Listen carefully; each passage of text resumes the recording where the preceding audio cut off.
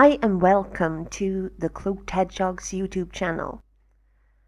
Before we start, I just want to ask you to send positive, good energy my way because there are some things going on right now that are very hard and very stressful, and I could really use the good energy. So, that being said, let's move on. Today we're going to talk about hyenas and Africa, and we're going to hear a Dogman encounter from Zimbabwe. Yeah, they're there too. So, I didn't misspell the title to this episode, Where is the Hyena? And you'll see why. Since the emergence of the modern werewolves or dogmen onto the scene of cryptozoology, there have been quite a few details in reported sightings that seem to point to the creature in question being more than just wolf-like in nature. I'm not going to address the more metaphysical features it's said to exhibit at this point, but rather its actual physical appearance. Let's start with its peculiar posture when running as a quadruped. Very often we hear of it being described as having longer front legs than hind legs, resulting in a rather hyena-like profile, albeit significantly larger. Dogmen are also often described as having a sort of mane or extra hairy ridge running from their shoulders down their spines, another feature reminiscent of hyenas. There have also been descriptions, mostly from Southern California, about some of these creatures exhibiting somewhat feline qualities amidst their canine appearance. These creatures Linda Godfrey has dubbed Doberman lynxes. This is interesting because hyenas, though dog-like in appearance, are actually more closely related to felines. Could it be part hyena in the Dogman? I guess if it is a genetically engineered species, it could be a little bit of many things. If it comes from an alternate reality, then evolution could have happened differently there.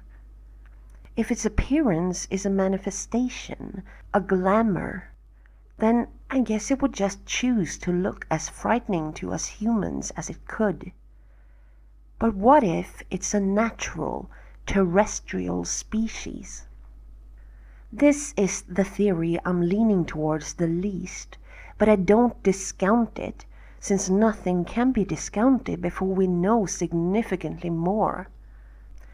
The reason I'm leaning least this way is that if it's a wolf that has evolved to walk on two legs, then why are most witnesses reporting such feelings of malevolence, anger, and evil coming from it? A wolf is a wolf. They are predators, but even though encountering one in the wild might trigger feelings of slight unease and a healthy respect, they don't tend to linger for decades, causing nightmares and psychological problems. Not even an upright walking wolf. Still, like I said, there's no discounting. If this has indeed happened, a wolf evolving to walk on its hind legs, then maybe it developed other skills as well. But I digress. A creature reported occasionally these days, more in the olden days, is the Shankawarakin.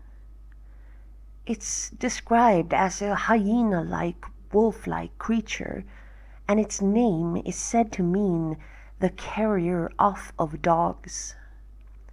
In older times, the Native American tribes of the Midwest knew of this creature, which would sneak into their camps at night and steal their dogs. This creature actually reminds me of something a woman called Kat Hansen talked about on a special episode of Bigfoot Eyewitness, which I'm going to link to in the description. She describes a creature she refers to as face eaters. And they kind of sound very reminiscent of this Shankawarakin. There's also a wahila, but I think the wahila is more wolf-like and less hyena-like in posture, but it's hard to know what is what. There are three things: Shankawarakin, wahila, face eater. Are they different names for the same thing, or are they different things? It's hard to know. A specimen said to be a Shankawarakin was shot in Montana in 1886 and was kept on display at a museum in Hendricks Lake, Idaho. No DNA test is said to ever have been performed on this creature because the owners wished to retain the mysterious mysticism of the taxidermy item. Or they tested it and found that it was a normal animal and decided to keep that quiet in order to keep drawing in visitors.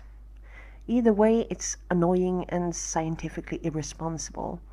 I've also heard, but not been able to verify, that it was tested and it turned out to be wolf, but like I said, not verified.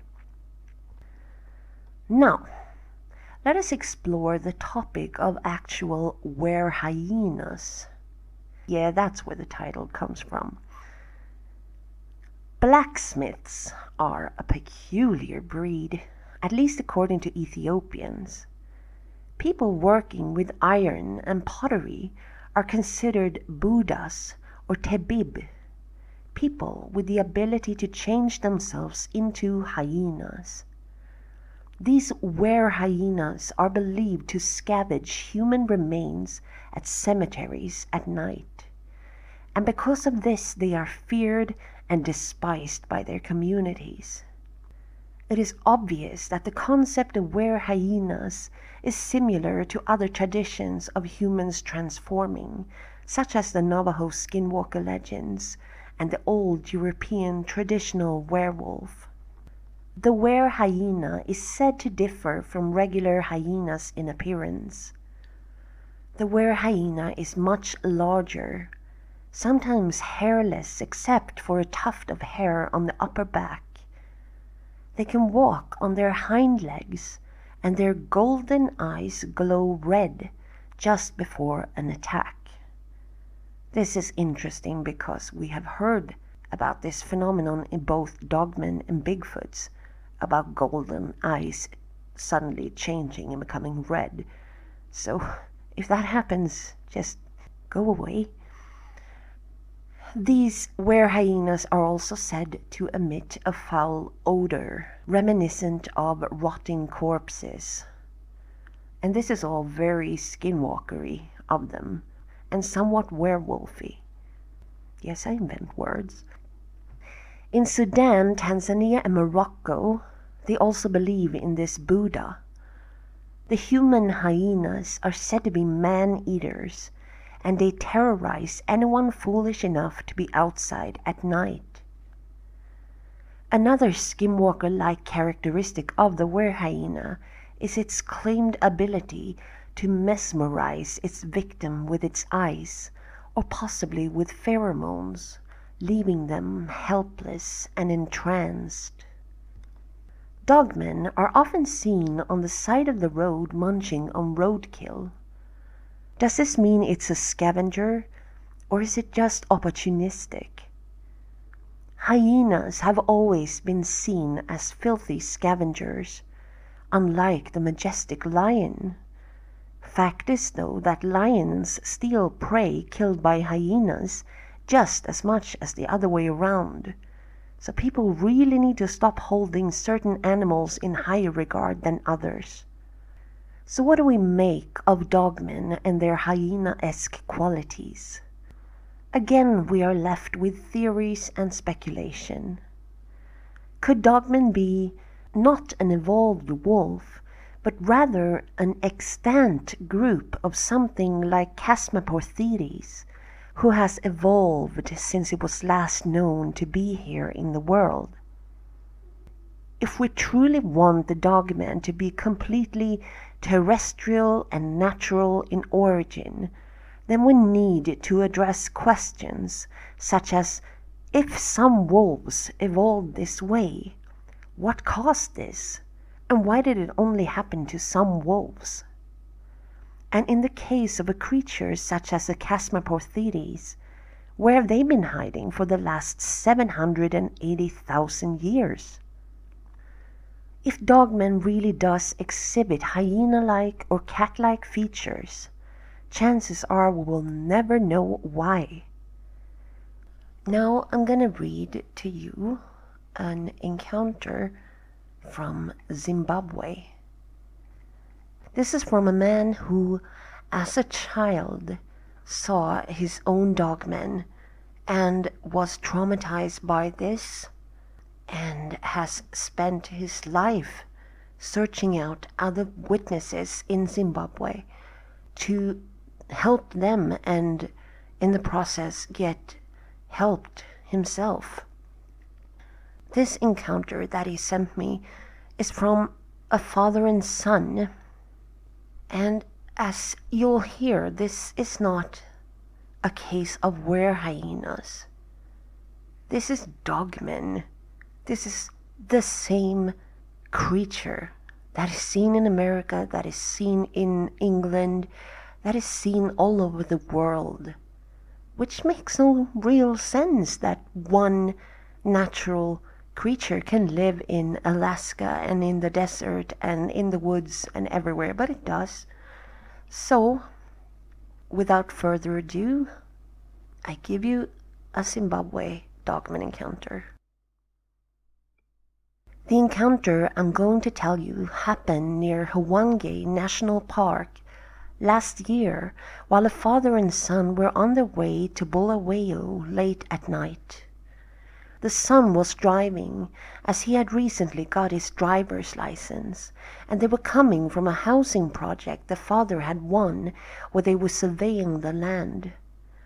Naturally, they were excited for the project, so the mood was extremely good. As they were traveling along, there was a loud pop, and the car suddenly swerved to the side of the road. It was a blown tire. Luckily, no one was hurt, and the car wasn't too badly damaged. Where they had stopped was the middle of nowhere, and seemed to be unnaturally silent. They set about to change the tire, feeling nervous for some reason. That good feeling had gone away. They had left the headlights of the car on, and with that light they were able to see shadows moving around them and the car. They started hearing heavy, deep growling. The father kept his cool for his son's sake as he started freaking out. "Just keep working on changing that tire," said the father, and he frantically finished changing it, and as they got back into the car, they saw 4 pairs of goldish yellow eyes just by the edge of the darkness. The son floored the accelerator and they sped out, but to their horror, those eyes started following them, matching their speed. One of the creatures ran past the car, only to reveal something they never thought possible. It was running on 4 legs, but moving unlike anything they had ever seen. It looked at them, and they saw the head of a wild dog, but with more fangs. It was built like a lean, fit basketball player with well-defined muscles. They realized in that instant that they were being hunted. The son pressed the accelerator to the end, praying and hoping that the car was fast enough to lose them. As the car passed the creature, it suddenly and fluidly stood up to reveal that it was 7 feet tall and had hands with claws. It reached out for the car before the car accelerated away from them. As soon as they knew they were somewhat safe, the father broke down and cried. It was a mixture of relief and shock. Well, I have absolutely no problem in my mind placing myself in that situation, and I would not have handled it as gracefully as these men did. I can say that. There would have been screaming and there would have been mayhem and oh God, the horror. That's like something straight out of a nightmare. Oh. Well, as you can see, these things really are everywhere. And that may not make much sense, but that's the way it is. Maybe life as we know it isn't exactly what we have been told. Maybe reality is not what we think it is. Anyway, it's about time to get out of here, so as always, be safe and take care, and I'll see you next time.